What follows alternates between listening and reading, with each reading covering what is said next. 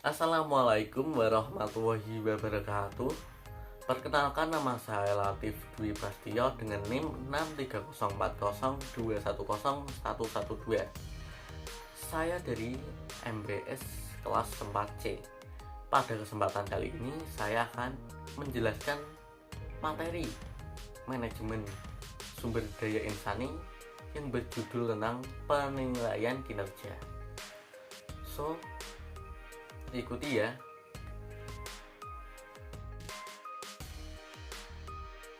Penilaian kinerja adalah suatu penilaian yang dilakukan kepada pihak manajemen perusahaan, baik bagi para karyawan maupun manajer yang selama ini telah melakukan pekerjaannya sesuai dengan standar dan kriteria yang telah ditetapkan dalam kurun waktu tertentu. Kegunaan penilaian kinerja bagi karyawan yang dinilai. Yang pertama adalah meningkatkan motivasi. Yang kedua adalah meningkatkan kepuasan hidup. Yang ketiga adalah kejelasan standar hasil yang diterapkan mereka. Yang keempat adalah pengembangan tentang pengetahuan dan kelemahan menjadi lebih besar, membangun kekuatan dan mengurangi kelemahan semaksimal mungkin. Selanjutnya adalah kesempatan untuk mendiskusikan permasalahan pekerjaan dan bagaimana mereka mengatasinya. Dan yang terakhir adalah membangun kekuatan dan mengurangi kelemahan semaksimal mungkin.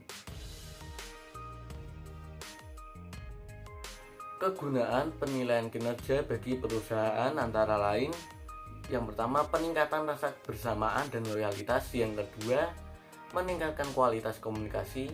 Yang ketiga adalah meningkatkan keharmonisan hubungan dalam pencapaian tujuan perusahaan. Yang keempat adalah harapan dan pandangan jangka panjang dapat dikembangkan. Selanjutnya adalah sebagai sarana penyampaian pesan bahwa karyawan itu dihargai oleh perusahaan. Dan yang terakhir adalah untuk mengenali lebih jelas pelatihan dan pengembangan yang dibutuhkan. Prinsip penilaian kinerja dilakukan berdasarkan prinsip: yang pertama adalah objektif, yang kedua adalah terukur, yang ketiga adalah akuntabel, dan yang keempat adalah partisipatif. Langkah-langkah penilaian kinerja antara lain sebagai berikut. Yang pertama adalah persiapkan data-data yang dibutuhkan. Yang kedua itu buat penilaian. Yang ketiga adalah diskusikan dengan atasan langsung. Yang keempat, selenggarakan pertemuan dengan bawahan. Yang kelima, serahkan hasil penilaian kepada bawahan. Yang keenam adalah bahas hasil penilaian. Yang ketujuh adalah informasikan rencana pengembangan. Hambatan-hambatannya adalah penilaian kinerja yang dilakukan kadangkala bersifat subjektif. Yang kedua, hasil penilaian kinerja kadangkala tidak sesuai dengan yang diharapkan, akan menimbulkan goncangan psikologis bagi penerima. Yang ketiga, jika metode kinerja yang dibuat adalah bersifat ingin melihat kinerja jangka pendek yang terbaik. Yang selanjutnya adalah biaya yang dikeluarkan untuk melakukan penilaian kinerja tidaklah murah. Dan selanjutnya adalah hasil penilaian kinerja akan menjadi bahan masukan bagi pimpinan. Dan yang terakhir adalah jika hasil penilaian kinerja dipublikasikan dan para karyawan mengetahui hasil penilaian tersebut.